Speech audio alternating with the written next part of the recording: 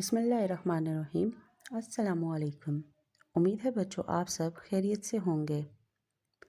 Class 4 आप अपनी इस्लामियात की किताब खोल लें जिसका सफ़ा नंबर 35 था और उस पे हमारे पास टॉपिक था दावत तबलीग। बच्चों जैसा कि हम क्लास में दावत तबलीग के बारे में पढ़ रहे थे और उसकी एक्सरसाइज हम क्लास में कर रहे थे, तो आज हम इसी चैप्टर दावत तबलीग को एक न्यू फॉर्मेट के साथ रिवाइज़ करते हैं।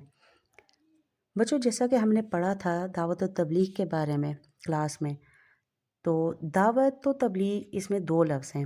दावत कहते हैं लोगों को अच्छी बात की तरफ बुलाना और तबलीग का मायने है दीन की बात दूसरों तक पहुंचाना।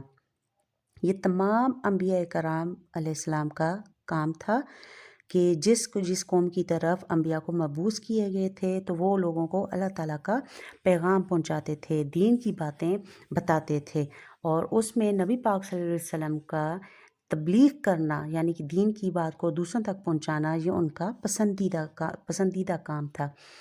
तो ये था दावत तबलीग के बारे में कि ये किसे कहते हैं, इस्लाम की बात, दीन की बात लोगों तक पहुंचाना।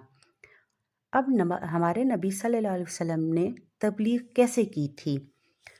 नरमी और मोहब्बत से बात करते थे। जब भी कोई इस्लाम की बात बताते, अल्लाह ताला का पैगाम पहुंचाते, एकाम इलाही देते, तो उसमें दूसरे लोगों को नरमी और मोहब्बत से बात को समझाते थे। कभी किसी बारे में कोई गुस्सा नहीं करते थे। अच्छी मिसाल बनकर अपने अमल से उस बात को, उस काम को करके दिखाते थे और सच और झूठ में फ़र्क बताते थे और ख़ुद भी नबी पाक सल्लल्लाहु अलैहि वसल्लम अपनी सारी ज़िंदगी सच बोलते थे, दयानतदारी से काम करते थे, जिसकी वजह से मक्का मुकरमा में उन्हें सादिकुल अमीन कहा जाता था। तो इस तरह से प्यार मोहब्बत के साथ, नरमी के साथ हमारे नबी सल्लल्लाहु अलैहि वसल्लम ने तबलीग का काम किया था। फिर बच्चों अब अपने नबी सल्लल्लाहु अलैहि वसल्लम की इस तबलीगी काम को देखते हुए हम अपनी ज़िंदगी में ये काम कैसे कर सकते हैं, यानी हम दावत तबलीग का हिस्सा कैसे बन सकते हैं कि हम भी लोगों को इस नेक काम की तरफ बुला सकें, दावत दे सकें। तो हमें सच बोलना चाहिए हमेशा, चाहे जो भी हो, जिस बारे में भी हमने बात करनी हो, जो काम करना हो। दूसरों की मदद करनी चाहिए।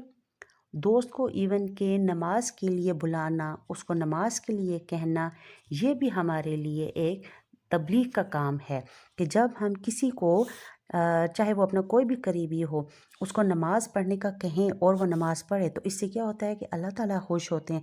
तो अब आपने अपनी तरफ से नेक काम किया, उसको नमाज की तरफ बुलाया, नमाज़ पढ़ने का कहा, तो ये भी हमने एक तबलीग का काम किया है, ये भी हमारे लिए एक दावत है।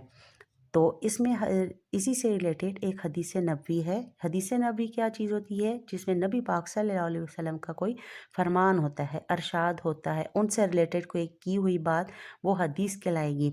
उन्होंने फरमाया कि तुम में से बेहतरीन वो है जो कुरान सीखे और सिखाए, यानी ख़ुद भी कुरान मजीद पढ़े और दूसरों को भी अगर वो चीज़ सिखाए तो ये भी हमारे लिए तबलीग का काम होगा। तो उम्मीद है बच्चों अब आपको दावत तबलीग के बारे में अच्छे तरीके से पता चल गया होगा कि हम भी अपनी ज़िंदगी में तबलीग का काम कर सकते हैं।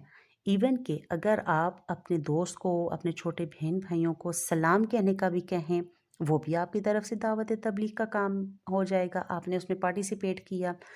और अगर आप किसी को कोई लेन देन के बारे में, किसी चीज़ के बारे में कोई चीज़ देते हैं, शुक्रिया कहते हैं, बदले में जज़ाकल्लाह कहते हैं और ये आदत आप दूसरों को भी कहते हैं कि वो भी ये काम करें, तो ये भी आप लोग अपनी तरफ से नेकी का काम करेंगे, यानी कि उसको एक अच्छी बात सिखाएंगे। तो अच्छी बात सिखाना भी तबलीग के हिस्से में आती है।